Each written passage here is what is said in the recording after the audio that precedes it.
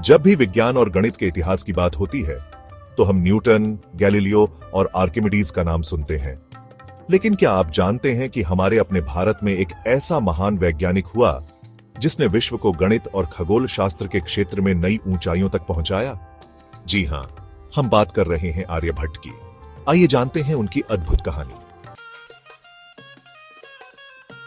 आर्यभट्ट भारत के प्रसिद्ध गणितज्ञ और खगोल शास्त्री का जन्म बिहार के कुसुमपुरा, आज का पटना में हुआ था।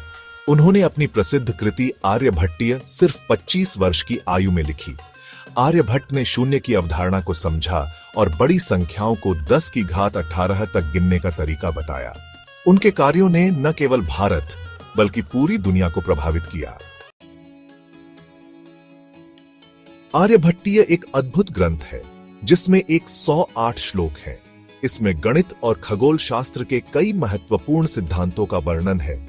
इसमें उन्होंने बताया कि कैसे पृथ्वी अपनी धुरी पर घूमती है और यह सूर्य के चारों ओर परिक्रमा करती है। यह उन मान्यताओं के विपरीत था जो उस समय आसमान के घूमने की धारणा पर आधारित थी। आर्यभट्ट ने गणित में त्रिकोणमिति के सिद्धांतों को विकसित किया। उन्होंने पाई का मान 3.1416 तक की सटीकता से ज्ञात किया। उन्होंने त्रिभुज और वृत्त के क्षेत्रफल की गणना का सूत्र भी दिया। उन्होंने यह भी बताया कि दिन और रात पृथ्वी के घूमने के कारण होते हैं, न कि सूर्य के घूमने के कारण।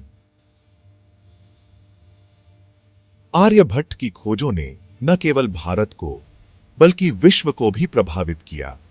उनके कार्यों का अरबी भाषा में अनुवाद हुआ और इस्लामी स्वर्ण युग के दौरान उनका खूब प्रचार प्रसार हुआ। खगोल विज्ञान के क्षेत्र में उनके योगदान ने अरब वैज्ञानिकों को भी प्रेरित किया। आर्यभट्ट ने यह सिद्ध कर दिया कि भारत प्राचीन काल से ही विज्ञान और गणित का केंद्र रहा है। उन्होंने अपने समय की कई धारणाओं को चुनौती दी और सटीक गणनाओं से उन्हें प्रमाणित भी किया। आर्यभट्ट सही मायने में भारत के गौरव हैं। आर्यभट्ट का जीवन और उनकी उपलब्धियां हमें यह सिखाती हैं कि नई सोच और आत्मविश्वास के साथ हम कुछ भी हासिल कर सकते हैं। तो हमें गर्व होना चाहिए कि हम उस देश से हैं जहां आर्यभट्ट जैसे महान वैज्ञानिक ने जन्म लिया। अगर आपको यह वीडियो पसंद आया हो तो लाइक, शेयर और सब्सक्राइब करना न भूलें।